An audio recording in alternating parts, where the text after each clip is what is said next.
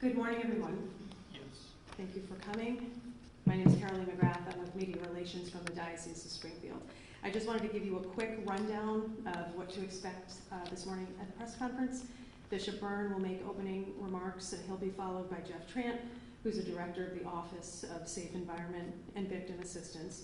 And then Doug Cole also is joining us this morning. He is a member of the survivor community and will share his thoughts and a little bit about his story as well. Following Doug's talk, we will be open for questions for both Bishop Byrne and for Jeff Trant as well. So at this time, I'll introduce Bishop Byrne.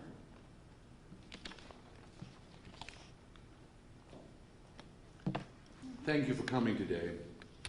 When I first came to the Diocese of Springfield late last year, I made a commitment not only to transparency, but to healing with regard to the abuse crisis which has overshadowed our church. I am well aware that the past efforts in the Diocese of Springfield have not achieved that outcome. In fact, some have caused even more harm. 2 years ago, my predecessor, Archbishop Rosansky, having heard these complaints, initiated a total restructuring of the Safe Environment and Victim Assistance Office with the hiring of Mr. Jeffrey Trant. Jeff's tireless efforts at improving and reorganizing this important work have set us on a much better path. But make no mistake about it, we still have far to go. Today we take another important and somber step forward with the release of an expanded online listing of all those with findings of credibility as determined by the Misconduct Commission, which operated from 1994 to 2004, and the Review Board, which has operated since 2004. You will now find 61 names listed at the diospringfield.org, up from 21 that had previously been listed. It now includes diocesan clergy, even if they were deceased at the time that the allegation came forward, religious order members, and clergy from other dioceses, and lay employees. Let me be clear, these are not new allegations. Most date back decades. They are newly listed names. I offer my most sincere apology to the victims of these crimes, not only for the crimes themselves, but for the failures of the diocese in handling the courageous victims who came forward to report that they had been abused. Acknowledging a survivor's allegation to be credible brings the truth of these horrific experiences into the light. This expanded disclosure of names is necessary to fulfilling my commitment to transparency and healing. It is my hope that anyone who has experienced the crime of sexual abuse will come forward and report the abuse to law enforcement, no matter when it occurred. Today's release will no doubt bring fresh pain to the wounds experienced by survivors and their family members. In recognition of their pain, I am inviting clergy, religious, and laity to join me Thursday evening at 7 p.m. at St. Michael's Cathedral for a special prayer service to ask God's divine guidance in helping victims and survivors heal. We pray also for the continuing resolve to pursue the work ahead that is necessary to effect lasting trust among us and assure that the safety of all members of our community in our care. I now turn it over to Jeff Trant, who will explain the particulars of the newly expanded list.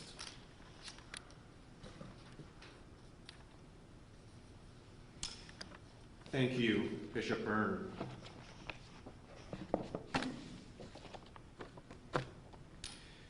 Disclosure of childhood sexual abuse is a complex and lifelong process. Research shows that many children do not disclose sexual abuse immediately after it occurs. Many children, in fact, do not disclose their abuse for years, if at all, and factors such as gender and age at the time of abuse influence the disclosure process. In fact, many adult survivors of child sexual abuse have never disclosed their abuse to anyone. The short-term and long-term consequences of child sexual abuse can be devastating. Children who are sexually abused are at greater risk for mental health problems, including but not limited to post-traumatic stress and other anxiety symptoms, depression, and suicide attempt. Adult survivors of child sexual abuse are more likely to report substance abuse problems, are at an increased risk for long-term mental health problems, and have adverse health outcomes. Fear, shame, and self-blame are symptoms associated with sexual abuse. They are also significant barriers to reporting childhood sexual abuse. Consequently, many survivors shoulder the burden of abuse alone and suffer in silence. Disclosure is a critical step for seeking help and accessing services. For that very reason, publishing information about credibly accused clerics and diocesan personnel provides survivors with information that may be helpful with their healing process, and let others who are privately coping with their abuse know they are not alone. Beginning last year, I led a team consisting of staff from the Diocesan Office of Safe Environment and Victim Assistance that conducted a systematic review of all case files of available allegations of sexual abuse by clergy and other diocesan personnel. The other members of the team were C. Lee Bennett and Jennifer Murphy. The purpose of this review was to obtain a baseline for past determinations of allegations of sexual abuse of a minor that had been established since the diocese first implemented a process in 1992 where lay people with professional backgrounds and expertise in clinical psychology, social work, education, child abuse, criminal justice, and the law assessed allegations and provided consultation to the bishop. For the review, sexual abuse of a minor was defined as any interaction between an adult and a child under the age of 18 in which the child is used for sexual pleasure, stimulation, or sexual gratification of the perpetrator or observer. Sexual abuse can include both touching and non-touching behavior, and this includes the manufacture, distribution, and viewing of child pornography. The team reviewed files from the Misconduct Commission that was established in 1992 and the Review Board, which succeeded the Misconduct Commission in 2004 after the Charter for the Protection of Children and Young People was promulgated by the United States Conference of Catholic Bishops. Each case was reviewed by 2 independent raters to determine the nature of the allegation, such as what was the age of the victim at the time of the reported abuse, whether the allegation was referred to and assessed by the Misconduct Commission or Review Board, and whether the allegation was determined to be credible, not credible, or undetermined. In cases where there was a disagreement, a 3rd rater was brought in and final determinations were made. Next, criteria were established for the development of the present list. Inclusion criteria were allegations of sexual abuse of a minor by a bishop, priest, deacon, other religious or lay employee who is now or was incarnated, individuals assigned to public ministry or employed by the Diocese of Springfield. Next, the allegation has been determined to be credible by the Misconduct Commission or the Review Board, and/or the allegation has been determined to be credible by another diocese, eparchy, or religious order, and this finding has been verified by the Diocese of Springfield through a primary source. Exclusion criteria included allegations of sexual abuse of a minor that were not assessed by either the Misconduct Commission or Review Board. Allegations that were assessed and did not result in a documented finding of credibility, and/or allegations of individuals not associated with and outside the jurisdiction of the Diocese of Springfield. A subsequent case review was conducted using the established criteria, and supporting documentation was retrieved to confirm rating classifications.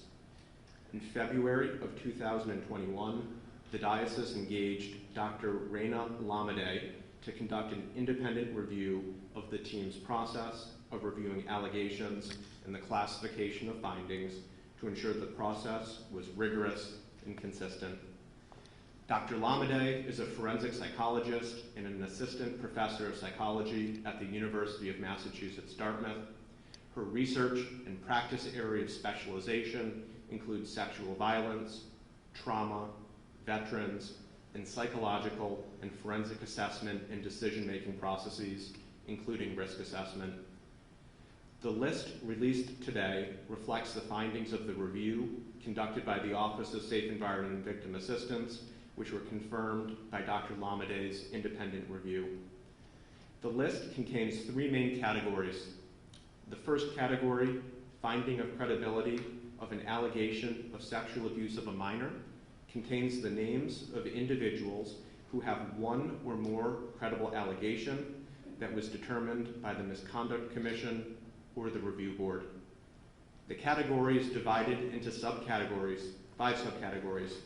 First, incardinated in the Diocese of Springfield, followed by deceased clergy, incardinated in the Diocese of Springfield, for whom criminal or canonical proceedings were not completed, other dioceses, religious order, and lay employees. The second category includes allegations against those who served in public ministry within the Diocese of Springfield, and the allegation was reviewed and determined to be credible by another diocese or religious order. The third category includes the name of one priest who was credibly accused of sexual misconduct with an adult and whose name was added to the previously published list in 2017. In 2019, Pope Francis issued a motu proprio, which is most similar to an executive order, titled Vos Estis Lux Mundi, that established a definition for a vulnerable person. Currently, the diocese is conducting a review of its policies and procedures concerning sexual abuse, assault, and misconduct with a vulnerable person. Therefore, at this present time, only the name of this one priest is being published while this review is underway, which will also include the revision to the Code of Conduct, or excuse me, to the Code of Canon Law that were promulgated just yesterday by Pope Francis. In total, there are 61 individuals for whom an allegation of sexual abuse of a minor were determined credible, and there is independently verifiable evidence to substantiate each name that is included on the list. The breakdown by subcategory is as follows. Incardinated in the Diocese of Springfield, 20 individuals. Deceased clergy incardinated in the Diocese of Springfield for whom criminal or canonical proceedings were not completed, 23 individuals. Other diocese, 3 individuals. Religious order, 6 individuals.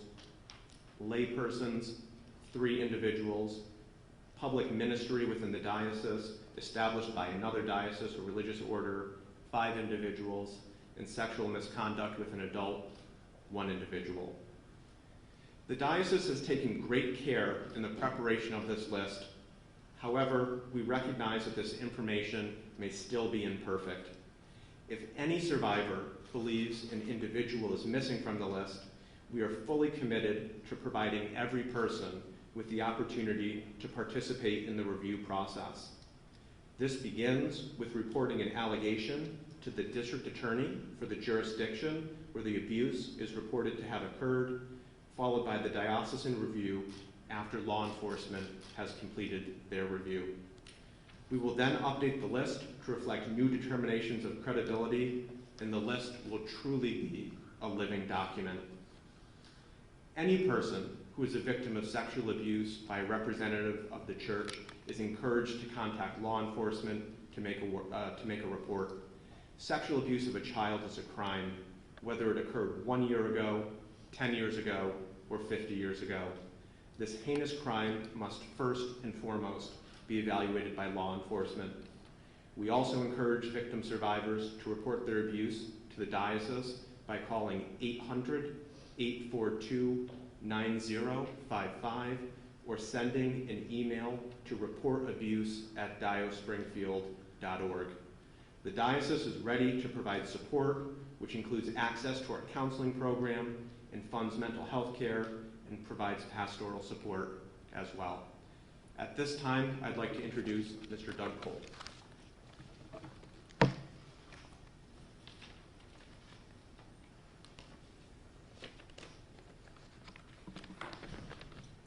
Good morning. It's with a heavy heart that I come forth regarding the abuse I endured at the hands of a Catholic priest at my parish in Shelburne Falls more than 40 years ago. The most important reason I come forth is to give survivors like myself the encouragement to help them heal. As you can imagine, this journey has not been an easy one. Anyone who has endured any type of abuse has the right to be heard so they can start their own healing process. Please know and be aware that abuse happens more than just within the Catholic Church. Also, please note that I come forth today to tell my story that has been in the works for several weeks, that I wanted to be able to share this with the public, that I am a survivor. It took great courage for me to tell my therapist and Father William Lunny, the parish priest in Shelburne Falls, back in 2018. Once the process started, from telling Father William Lunny and then going to the diocese, there was many errors. The process took well over a year, and there was many errors, and it felt like I was being re-victimized once again. The reason I mention this is many changes have taken place since I came forth, as we are here today to listen to those folks that are associated with credible cases against them. It saddens me, but it also gives me hope in the healing process. I am not a spokesman for the diocese. I am using my faith and the Holy Spirit to help fellow survivors with the support of the diocese. I want you all to know that this journey is different for every one of us survivors. I am blessed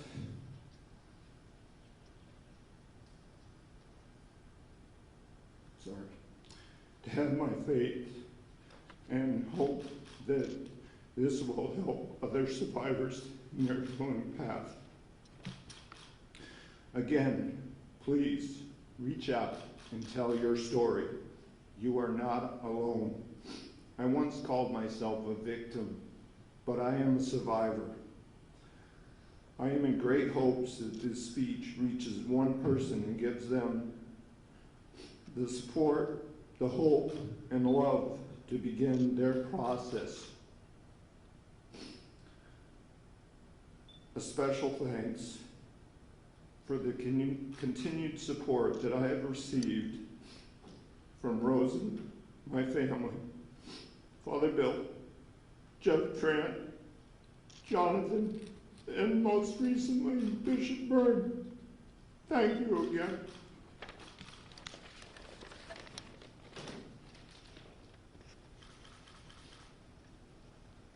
Thank you, Doug, for that powerful witness. We're now available for any questions that you might have. Yes, Stephanie.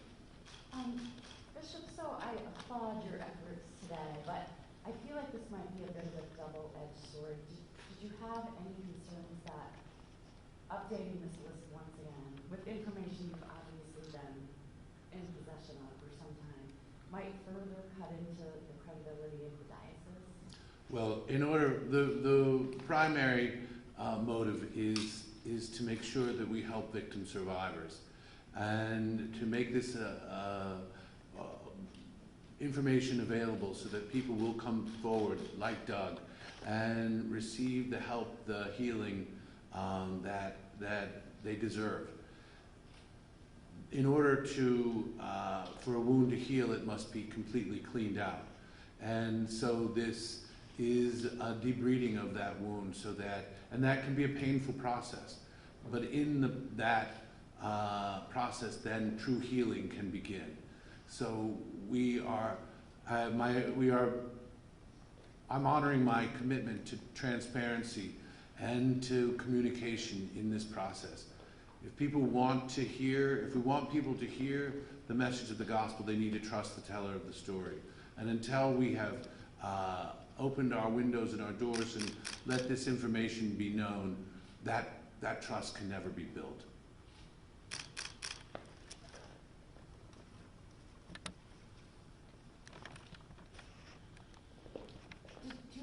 Did you have a written policy in terms of criteria of who might be added to the list In this current list, prior to this? you would know the history better than Yeah, so the question is, did the diocese previously have a policy of who was eligible to be included on the list? And so certainly this predates my tenure with the diocese. However, the stated policy was that a cleric had to be living at the time that the allegation came forward. They also had to be a priest or a religious or a cleric of the Diocese of Springfield, and there had to be a finding of credibility. And the underlying principle of that old policy was that the cleric would have an opportunity to respond to the allegation. So is this a recognition that that policy was flawed? Survivors, advocates, families have long called on the diocese to provide a more full-throated accounting of what the diocese has known and the determinations that it has made in the past since the Misconduct Commission was first established in 1992. As Bishop Byrne has, I think, said quite often, since even before his installation, a commitment to transparency, a commitment to communication, and a commitment to healing really is the precept that underlies the current revision.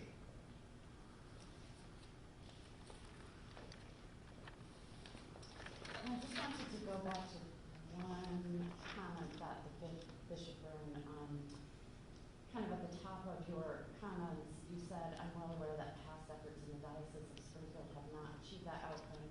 In fact, some efforts caused more harm. Can you expand on that just a little bit? Yes, I can. You know, when we look back at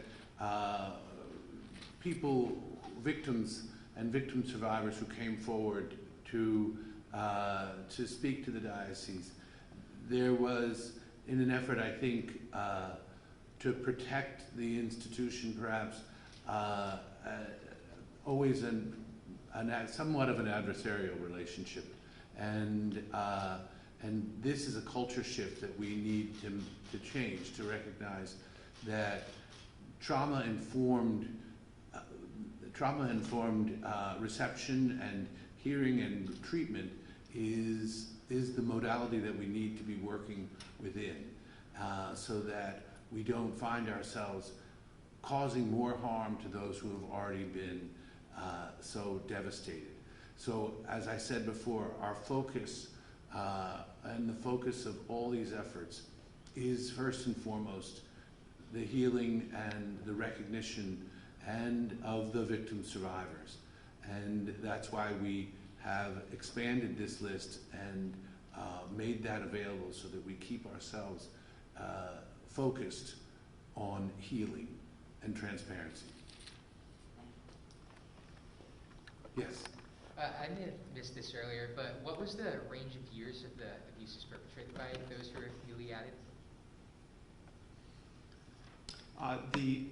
So the inclusion criteria included all of those cases that had been reviewed by either the Misconduct Commission or the Review Board. However, the allegations well precede that period of time. This information is published at diospringfield.org. However, in the late 40s is among the earliest allegations that have been deemed to be credible. Thank you.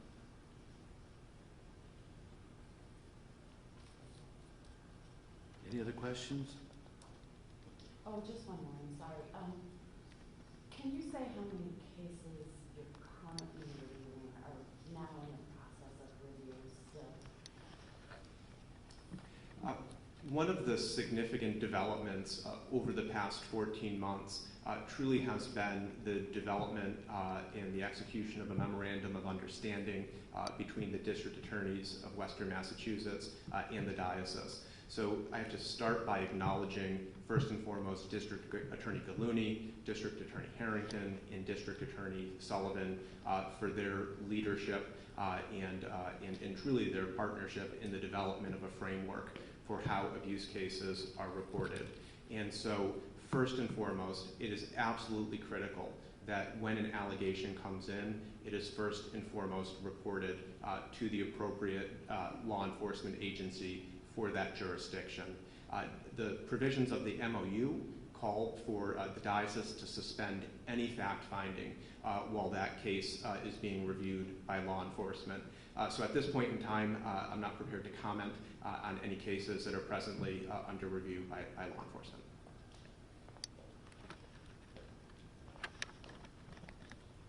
If there's no further questions, thank you so much for coming today. For those watching on live stream, if you do have further questions, feel free to reach out to me and I can facilitate that as well. Have a good day. Thank you.